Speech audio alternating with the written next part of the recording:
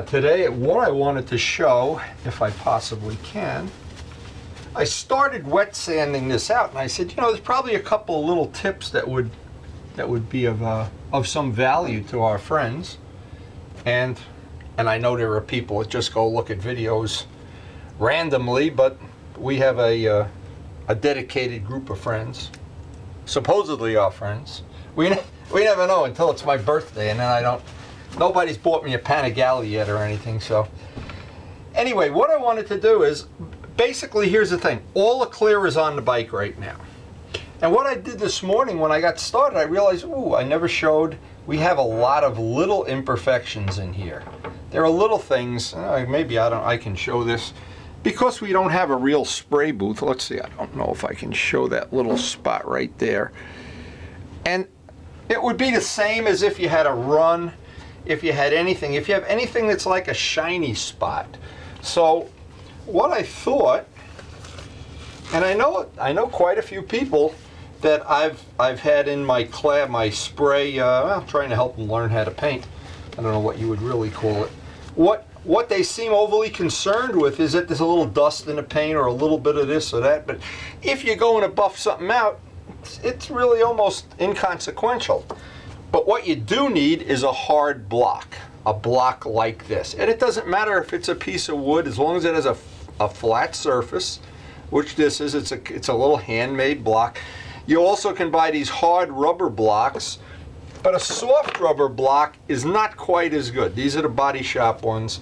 And what I wanted to show here is, and here's the things to never do. What I've done in the past, and you make a lot of work for yourself. You have a little imperfection, or you have a little run, or a little something that dust, dirt, a bug, whatever.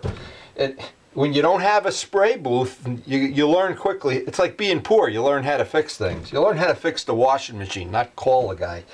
But anyway, now I know I got a little spot there I want to get rid of. If I were to take, this is 2500 grit. If I were to take 600 or rougher grit, I'm going to put sanding scratches in this whole area. I really don't want to do that. I want to keep this as pristine as possible. Now, so what I do is let me get a new piece here. 2500 grit. I always try to cut it so you can see the number on the back. I just bought 100 sheets of this because I know we're going to use it up very soon on other projects. But using a block and keeping it good and wet, I can pick that little spot up. And what I don't want to do is just go back and forth. If I do go back and forth, I want to go in the opposite direction. Or in this case, because of the shape of the part, I want it to be a circular motion. But I want to work on that little spot. And I've had a lot of people, that are painting and said, oh, I got to run in the clear. Oh, what a horrible, I'm going to die. If you've got all the clear on, you can get out the run with a sanding block so quick. It's a matter of 2 minutes maybe. But you've got to have the block. If without the block, you're going to sand here forever, it's never going to come out. Now, I have to candle it just to look. I've got 90% of it out now. Now another trick is to take the sandpaper. It's got 4 sides. Notice it's cut just a little bit bigger than the block because it only cuts here. Nothing's cutting here or on the side. So I get, in essence, 4 sheets of sandpaper instead of 1. And anytime I block sand it, and by the way, I wanted to just mention this. I don't really watch a lot of car shows, but I stumbled upon this show, Bitchin' Rides, that I picked up a lot of little stuff from little ideas and stuff. And I love Chip Foose. If I only had talent like his, oh my God. I know Midgley's probably saying if he had any talent at all. But anyway, now we've got 90% of it out. I'm going to switch the paper over again. Now it would be out in a heartbeat if I went to a rougher grit paper. I don't want to do that. I want to do this in 2 steps because the trick is to try to get rid of all the imperfections before you do the actual wet sanding. Now, and in this case, and it's right there. It's almost gone. And who knows, maybe someday Luciano will hit the lottery and he'll come by and say, I got a spray booth for you. Anyway, let me show this if I can up close. I know we're limited to what we can show and what we can't show, but there was a spot there, and now it's basically flat. Now when I go to, and anyway, if I go to buff that, that's going to buff right up. Now, as I look around, there's a lot of things that I want to be real careful of. I know I have a spot anywhere that two paint lines come together. I want it to be that I can do it with my eyes closed. But if I, oops, I feel a spot right up in the front here. If I find that spot, I can feel it. Now, I can't see it, but I can feel it. I can use the same, pretty much the same technique. Because in the end, when I'm all done with this, and the part is buffed out, and it's bolted back on the motorcycle, I'd like to be able to close my eyes and have no idea, maybe with the exception of where some of the stickers are, because if you use stickers, sometimes you really can't bury them in clear. They're so thick. Like Ducati stickers are very thick, so you got to kind of live with that. Decals, usually you can blend right in. Again, once I get to the point that I can't feel it, and again, feel even through rubber gloves, you'd be amazed how quick you can develop a sense of feel. Now, I can't feel that paint line at all. I can just about feel just barely what the stickers are, but I also see I've got a little spot up here. Again, little tiny spots, because what happens if you don't address each one of these as you're going along? When you buff it, you buff out that spot and it's still in there. It's still a ripple in the light that you don't want to see. It's like a diamond with a chunk missing. So let me see if I can get rid of this little one. Now, because it's on a real curve, I don't want to risk, the block would not be good to sand on an edge like that. But now that I've got rid of most of, now here, when your hands are getting slippery, you can fold that back and just use your fingertips. Now, just for fun the other day, this was, I guess it's not really funny. I was waiting for Karen to get back. I had some time, and I looked at one of my older videos, and then I looked at on YouTube some of the things like that they put in the same category. And I said, oh my goodness, look at this. There's a guy painting a green gas tank. It was a Spanish guy, a young guy.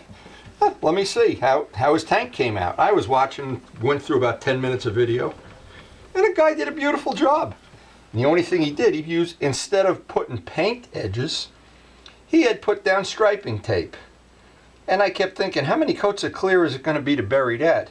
But then I realized he doesn't care. So, whatever makes you happy, there's no you know, ifs, ands, or buts about it. But, and everybody's got a standard that they live up to, something that they really, I like having nice, clean, shiny stuff no matter what it is. I don't know why. I don't like jewelry. I don't have any jewelry, in fact. Karen loves jewelry. So, I don't know what to say. I have friends that have Rolex watches.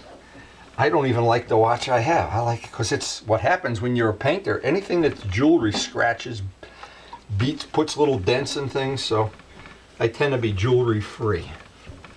Anyway, I wanted to show this. I would just do this one little spot for now because I'm going to have other things to do here.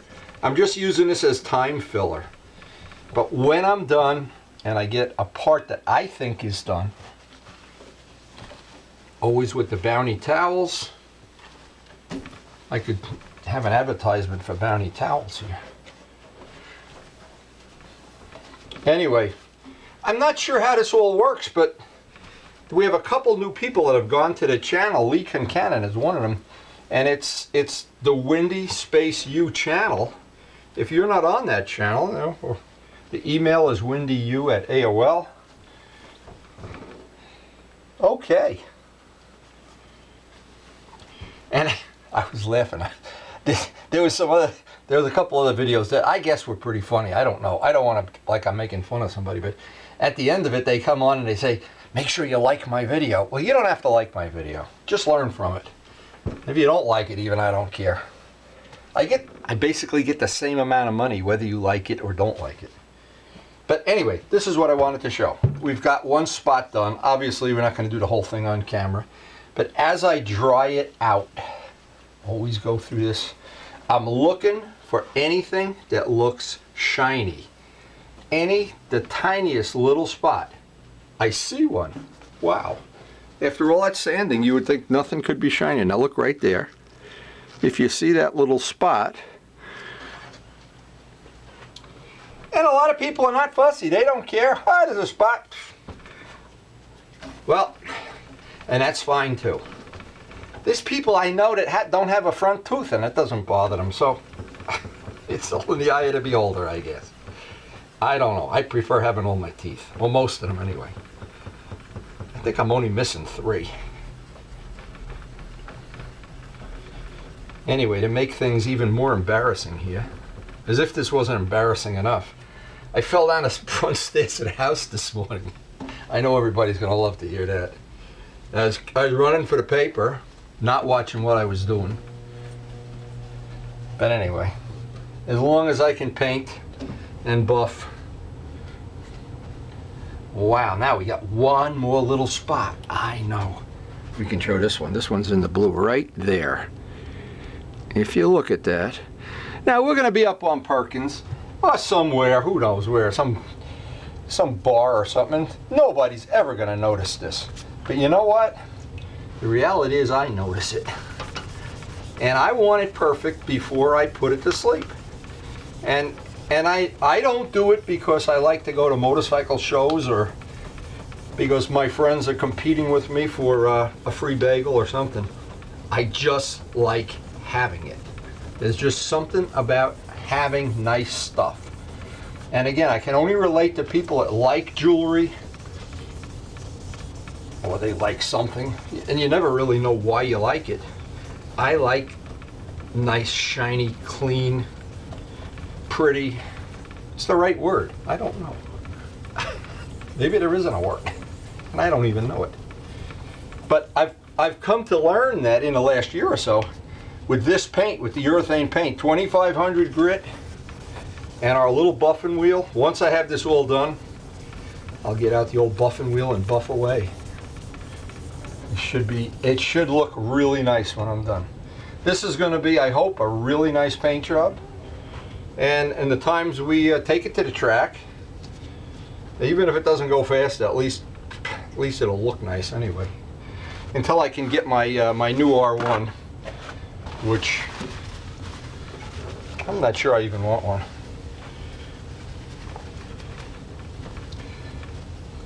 But I am sure I want stuff. Now that side's ready to buff. So if there's something in there that you can pick up off a little video, that's great. And at some point in time, and I don't know when it'll be, when we're done buffing it, maybe tomorrow I'll put some stuff on the buffing. That's about all I have time for now. But again, when it's buffed out, there's something about this finish. You go for a ride, you wipe the bike off. There's something makes it a lot more enjoyable owning something than when it's like sandpaper. Hey, and remember, my email is windyu@AOL. And I hope you don't like me. Put that no like button down. However you do that, I don't know. Anyway, hope you enjoyed the video.